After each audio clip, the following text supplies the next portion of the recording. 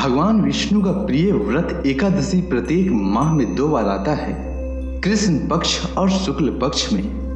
एक वर्ष में 24 एकादशियां आती हैं और जिस वर्ष अधिक मास हो उस वर्ष इनकी संख्या 26 हो जाती है।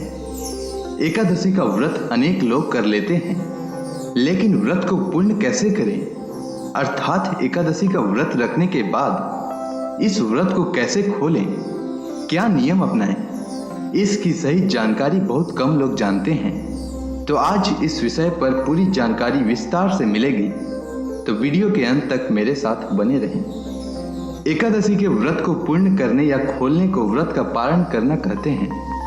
यदि देखा जाए तो एकादशी का व्रत दशमी से ही प्रारंभ हो जाता है और द्वादशी पर पूर्ण होता है। दशमी के दिन रात्रि भोजन का त्याग किया जाता है। एकादशी के पूरे दिन रात निराहार रहकर व्रत रखा जाता है और द्वादशी पर प्रातः काल व्रत खोला जाता है। व्रत खोलने को पारण कहा जाता है। एकादशी व्रत के अगले दिन द्वादशी पर सूर्योदय के बाद पारण किया जाता है। शास्त्रों का कथन है कि एकादशी व्रत का पारण द्वादशी तिथि समाप्त होने से पहले कर लेना अति आवश्यक होता है। यदि तिथियों की घटबढ़ के कारण द्वादशी तिथि सूर्योदय से पूर्व समाप्त हो गई हो तो ऐसी स्थिति में भी पारण सूर्योदय के बाद ही करना होता है। द्वादशी तिथि के भीतर पारण न करना पाप के समान होता है। एकादशी व्रत का पारण हरिवासर के दौरान भी नहीं किया जाता है। द्वादशी तिथि की पहली 1/4 अवधि को हरिवासर कहा जाता है। एकादशी व्रत का पारण हरिवासर के दौरान नहीं किया जाता है। व्रती को पारण करने के लिए हरिवासर समाप्त होने की प्रतीक्षा करनी चाहिए, अर्थात द्वादशी तिथि की प्रथम 1/4 अवधि बीत जाए, उसके बाद पारण किया जा सकता है। पंचांग में प्रत्येक तिथि की पूर्ण अवधि लिखी रहती है। उसके 4 भाग करके प्रथम भाग जितना समय बीत जाए उसके बाद पारण करना चाहिए। सामान्य जनों की सुविधा के लिए अनेक पंचांगों में पारण का समय लिखा होता है, उसमें भी देखा जा सकता है। आपकी सुविधा के लिए मैं बता दूं कि पुत्रदा एकादशी व्रत का पारण 19 अगस्त दिन गुरुवार को किया जाएगा। व्रत का पारण का समय सुबह 6:32 से सुबह 8:29 तक रहेगा। आपको इसी दौरान व्रत का पारण कर लेना चाहिए। एकादशी व्रत खोलने का सबसे उत्तम समय प्रातः काल होता है। व्रती को मध्याह्न काल के दौरान व्रत तोड़ने से बचना चाहिए। इसका अर्थ यह हुआ कि प्रातः सूर्योदय के बाद 3-4 घंटों के भीतर व्रत खोल लेना चाहिए।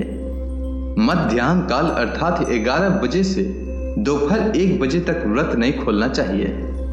जो व्रती किसी कारणवश प्रातः काल में व्रत न खोल पाए तो उन्हें मध्याह्न काल बीत जाने के बाद ही व्रत खोलना चाहिए। कभी कभी तिथियों की घट बढ़ के कारण एकादशी का व्रत लगातार 2 दिनों तक आ जाता है। ऐसे में स्मार्त मत को मानने वालों को पहले दिन वाली एकादशी और वैष्णव मत को मानने वालों को दूसरी दिन वाली एकादशी का व्रत करना चाहिए। सन्यासियों, विधवाओं और मोक्ष प्राप्ति के इच्छुक श्रद्धालुओं को दूसरी एकादशी के दिन व्रत करना चाहिए। भगवान विष्णु की कृपा प्राप्त करने के लिए दोनों दिन एकादशी का व्रत किया जा सकता है। अब चलिए व्रत पारण कैसे करना है इस विषय पर बात करते हैं। तो द्वादशी तिथि को स्नान के बाद भगवान विष्णु का ध्यान करें। इस दिन ब्राह्मण को पहले भोजन कराना चाहिए। जो ऐसा करने में असमर्थ हो तो ब्राह्मण भोजन के निमित्त कच्चा सामान सीधा मंदिर में दान करें। इसके पश्चात अन्न ग्रहण कर व्रत पारण करें। भगवान विष्णु को तुलसी बेहद प्रिय है और उनकी पूजा में यदि तुलसी न हो तो पूजा या भोग वह ग्रहण नहीं करते हैं। इसीलिए भगवान विष्णु के किसी भी व्रत में तुलसी का प्रयोग जरूर करें। और एकादशी व्रत का पारण भी आप तुलसी पत्र को अपने मुख में डालकर कर सकते हैं। माना जाता है कि आंवले के पेड़ पर भगवान विष्णु का वास होता है, इसीलिए आंवले का भी विशेष महत्व होता है। एकादशी व्रत का पारण आंवला खाकर करने से अखंड सौभाग्य, आरोग्य और संतान सुख की प्राप्ति होती है। एकादशी व्रत के पारण पर चावल जरूर खाना चाहिए। एकादशी व्रत के दिन चावल खाना मना होता है। लेकिन द्वादशी के दिन चावल खाना उत्तम माना जाता है। मान्यता है कि एकादशी के दिन चावल खाने से प्राणी रेंगने वाले जीव की योनि में जन्म पाता है, लेकिन द्वादशी को चावल खाकर व्रत का पारण करने से इस योनि से मुक्ति भी मिल जाती है। सेम को कफ और पित्त नाशक माना गया है और व्रत पारण के लिहाज से भी यह उत्तम माना गया है।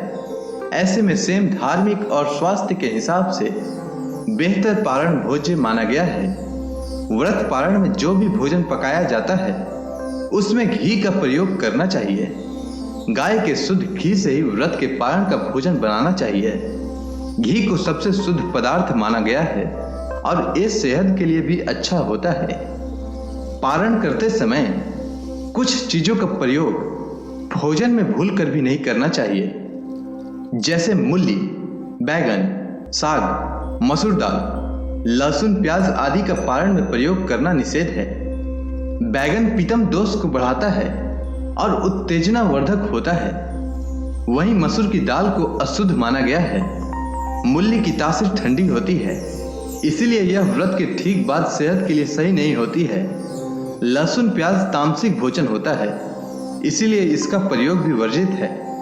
माना जाता है कि इसके खाने से उत्तेजना, क्रोध, हिंसा और अशांति की भावना आती है। उम्मीद करता हूं कि एकादशी व्रत पारण से जुड़ी जानकारी आपको अच्छी लगी होगी।